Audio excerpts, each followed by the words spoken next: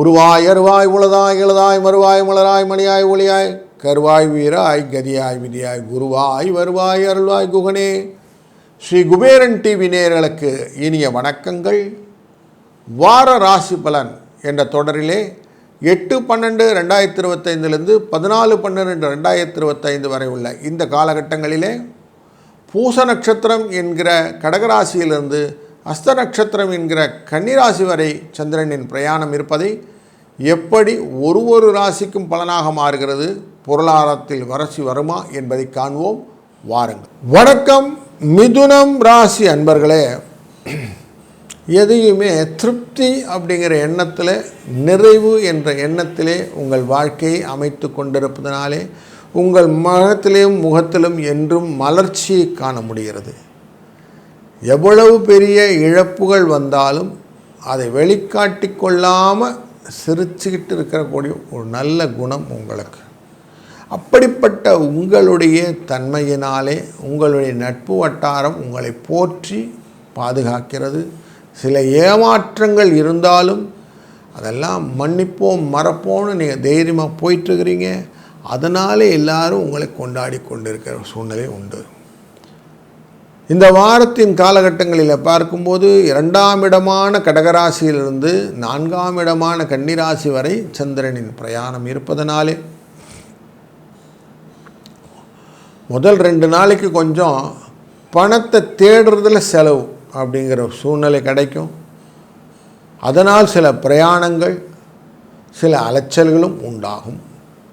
அடுத்த 2 நாளைக்கு கொஞ்சம் பைசா கையில் நிற்கும். ஆனாலும் பெருசாக வீட்டுக்கு எடுத்துகிட்டு போய் நிற்க முடியலையே அப்படின்னு கைமாத்தா வாங்குகிற பணம்னு சொல்லுவோம் இல்லையா, அப்படிலாம் வந்து நிற்கும் கையில். கன்னிராசிக்குள்ளே போகும்போது மருத்துவ செலவானது வந்து நிற்கும். அதனால் கொஞ்சம் மருத்துவ தொடர்பான செலவுகளையும் நீங்கள் எதிர்நோக்கலாம் அப்படிங்கிறது தான் இந்த வாரத்தினுடைய அவுட்லைன். சுக்கிரன், புதன் மற்றும் சூரியன் அமர்ந்திருக்கக்கூடிய விருச்சிக ராசி அப்படிங்கிறதுனாலே பொருள் வரவுக்கான வாய்ப்புகளை எப்படியான ஏற்படுத்தியுள்ளார் சூரியன். மனதிலே சில கவலைகளை கொடுக்கக்கூடிய சுக்கிரன், சின்ன லாபங்களை கொடுக்கக்கூடிய புதன் அப்படிங்கிறதுனால வழக்குகளிலே நீங்கள் எதிர்பார்த்த சாதக தீர்ப்பு வருவதற்கான வாய்ப்புகள் குறைந்து விடுகிறது.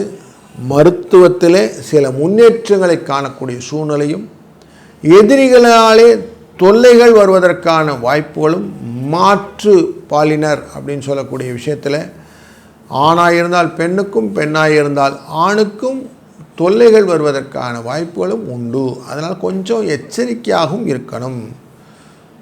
ஒருத்தருக்கு சண்டையினால் வரக்கூடிய பிரிவுகளும் வாய்ப்புகள் கிடைக்கும். அதனால் கொஞ்சம் எக்ஸ்ட்ரா கேர் இருக்கணும்.